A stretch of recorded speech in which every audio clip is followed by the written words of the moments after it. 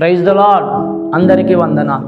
ఈరోజు దేవుని వాక్యం అనే కార్యక్రమానికి మీకు అందరికీ ఆహ్వానం తెలియచేస్తున్నాను.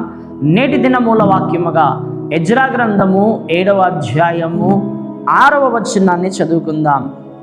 ఈ ఎజ్రా ఇజ్రాయేలుల దేవుడైన యెహోవా అనుగ్రహించిన మోషే యొక్క ధర్మశాస్త్రమందు ప్రావీణ్యత గల శాస్త్రి మరియు అతని దేవుడైన యెహోవా హస్తము అతనికి తోడుగా ఉన్నందున అతడు ఏ మనవి చేసినను రాజు అనుగ్రహించును.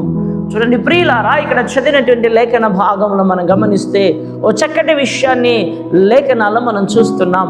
అతడు ఏ మనవి చేసినను రాజు అతనికి అనుగ్రహించును అని లేఖనాలలో ఇక్కడ మనం చూస్తూ ఉన్నాం. అవును ప్రియులారా, ఈరోజు మనవి అనేది చాలా ప్రాముఖ్యమైనటువంటిది. ఎందుకంటే ఒక క్రైస్తవ జీవితంలో జీవిస్తున్నటువంటి మనము కానీ ఇతర మతస్థులు అనగా ఇతర దేవతలు దేవుళ్ళు అనేటువంటి వాళ్ళు ఉన్నారు, వాళ్ళని ఆరాధించే వాళ్ళు కూడా ఉన్నారు. వాళ్ళు చేసేటువంటి మనవులు వేరు, మనం చేసేటువంటి మనవులు వేరు. మనం చేసేటువంటి మనవి డైరెక్ట్గా సృష్టికర్త అయినటువంటి దేవాది దేవునికి మనం చేస్తున్నామనేటువంటి నిరీక్షణ మనం కలిగి ఉన్నాం. అయితే ప్రియులారా, ఇక్కడ మనం గమనించవలసిన విషయం ఏంటంటే, శాస్త్రియకు ఎజ్రా ఏ మనవి చేసినా రాజు ఇచ్చేవాడట, రాజు అనుగ్రహించేవాడట. రాజు ఇచ్చేటట్లుగా, రాజు అనుగ్రహించేటట్లుగా దేవుని హస్తము ఎజ్రాకు తోడుగా ఉండి తాను చేసే ప్రతి పనులకు, ప్రయత్నాలకు, తాను చేసే మనవులకు అన్నిటికీ దేవుని అనుగ్రహం అనుగ్రహించబడేదట. తాను అడిగేవన్నీ పొందుకునేవాడట. ఇక్కడ చూడండి ప్రియులారా, వాస్తవంగా మనం గమనించినట్లయితే మనము కూడా ఎన్నో ప్రయత్నాలు చేస్తూ ఉంటాం. భూమి మీద ఎన్నో ప్రయత్నాలు మనం చేస్తూ ఉంటాం. ఆ ప్రయత్నాలకన్నిటికీ దేవుని మనం మనవి చేస్తుంటాం, లేక ప్రార్థన చేస్తున్నాం, లేక విజ్ఞాపన చేస్తూ ఉంటాం. కానీ వాస్తవమైన విషయం ఏంటంటే, మన పనులన్నీ కూడా చాలా ఆలస్యం అవుతూ ఉంటాయి. ఇదే ఎజ్రా విషయంలో రాయబడినటువంటి మాట ఏమిటంటే, ఎజ్రా గురించి రాజు మాట్లాడుతున్న మాట ఏమిటంటే, చూడండి 23వ వచనాన్ని చదువుతున్నాను, 21వ వచనాన్ని చదువుతూ ఉన్నాను.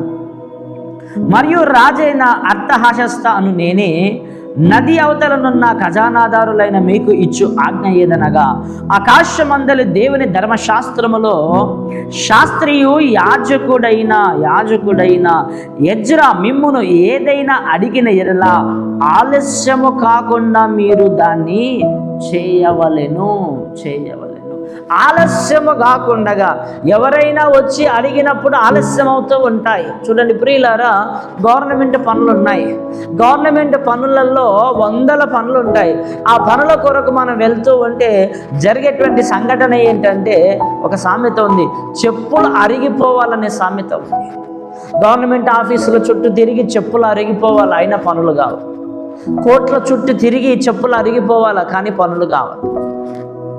పోలీస్ స్టేషన్ల చుట్టూ తిరిగిన పనులు కావాలి, న్యాయం జరగదట. కానీ ఇక్కడ రాజు ఆజ్ఞాపిస్తున్నాడు. ఏమని ఆజ్ఞాపిస్తున్నాడు అంటే ప్రియులారా, ఆయన ఏదైనా అడిగిన ఎడల ఆ పని ఆలస్యమైతే బాగుండదు, నేను ముందుగానే చెప్తున్నానని హెచ్చరిక జారీ చేస్తూ ఉన్నాడు. అవును ప్రియులారా, ఉదాహరణకు ఏదైనా మన ఇంట్లో మనమే మన వాళ్ళని అడిగితే చూద్దాం, చేద్దాం, సరేలే అని అంతగా పట్టించుకోరు, అంతగా మనకు విలువ ఇవ్వరు.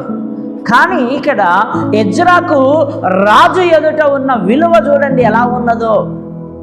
అంత విలువ రావడానికి గల కారణం ఏమిటంటే తన ప్రత్యేకమైన జీవితం.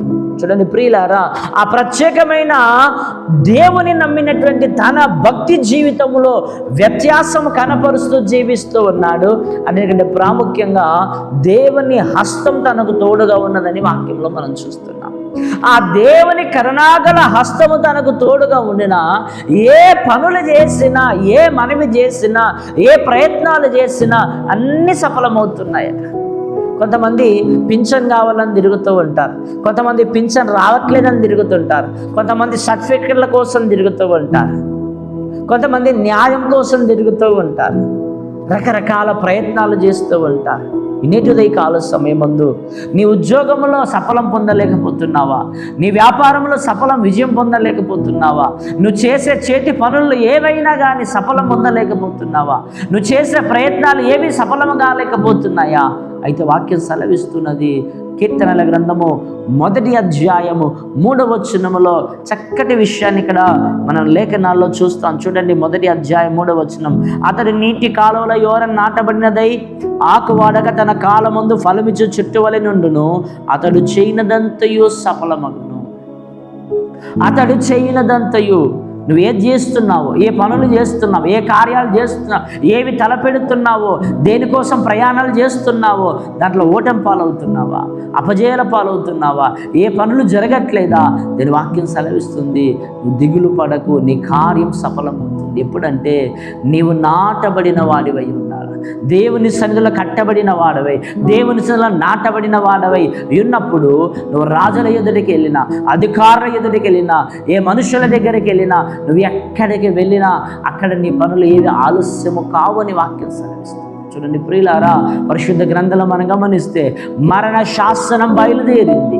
మరణ శాసనం బయలుదేరి మరణం అనే శాసనము వారి జీవితాల్లో అమలవ్వడానికి వారికి సమీపిస్తూ ఉండగా ఎస్తేరు ఏం చేస్తున్నది? ఉపవాసం ఉండి ప్రార్థన చేస్తున్నది. ఉపవాసం ఉండి కన్నీరు కాచి ప్రార్థన చేయించు ఉండగా రాజాజ్ఞ అతిక్రమించి వేసి రాజు దగ్గరికి వెళ్ళిన రాజు ఏమనలేకపోయాడు. రాజాజ్ఞ ముద్రించబడి వెళ్ళిపోయినా ఆమె అడిగిన మనవి కాదనకుండగా ఆ రాసిన తాకీదులన్నీ కూడా కొట్టివేయబడ్డాయి. తను అనుకున్నది సాధించింది, తను అనుకున్నది నెరవేర్చుకున్నది, తను అనుకున్నది పొందుకున్నది, తన ప్రయత్నం సఫలమయ్యింది. దానికి గల కారణం ఏంటంటే ఆమె దేవునిలో నాటబడి ఉన్నది, ఆమె దేవుని మీద ఆధారపడి ఉన్నది. నెహమ్యాను మనం చూస్తాం. మందిరం కట్టుట విషయంలో, అనేకుల జీవితాలు కట్టుట విషయంలో, అనేకుల బ్రతుకులు కట్టుట విషయంలో నెహమ్యా ఎన్నో ప్రయత్నాలు చేశాడు. ఆ ప్రయత్నాలకన్నిటికీ రాజు ఏం చేశాడు? అనుగ్రహం చూపాడు. ఆ రాజు అనుగ్రహం చూపడానికి పరిశుద్ధాత్మదేవుడు కార్యము చేస్తూ ఉన్నాడు. పరిశుద్ధాత్మదేవుడు కార్యం చేస్తున్నాడు. మోషే ఉన్నాడు. మోషే ఎన్నో విజయాలు పొందాడు, ఎన్నో ప్రయత్నాలు చేశాడు. ఆ ప్రతి ప్రయత్నములన్నీ సఫలమైపోయాయి. ఏది కూడా నిష్ప్రయోజనమైనదిగా మిగిలి ఉండలేదు. అన్ని తను చేసే ప్రయత్నాలన్నీ, పనులన్నీ సక్సెస్ అయ్యాయి.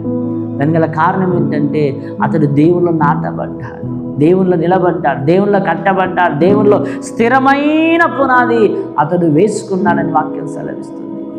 ఇదిగో నిజమైన దేవుడు నువ్వు నేను తేల్చుకుందామని ఏలియా ముందుకొచ్చినప్పుడు ఏలియాతో దేవుడు మాట్లాడుతున్నాడు. ఇదిగో నువ్వు ధైర్యంగా ఉండమన్నాడు. ఆయన ధైర్యంగా నిలబడ్డాడు.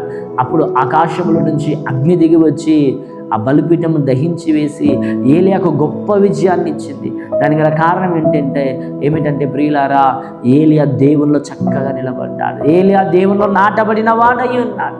కనుక ఈ ఉదయకాల సమయం ముందు నువ్వు దేవుల్లో నాటబడిన వాడివైతే, నువ్వు ఏ మనవి చేసినా, ఏ ప్రయత్నాలు చేసినా, ఏ కార్యములు చేసినా, ఏ చిన్న వ్యాపారం చేసినా, ఏ చిన్న ప్రయత్నాలు చేసినా ప్రతిదీ సఫలమవుతుంది, ప్రతిదీ నెరవేర్చబడుతుంది.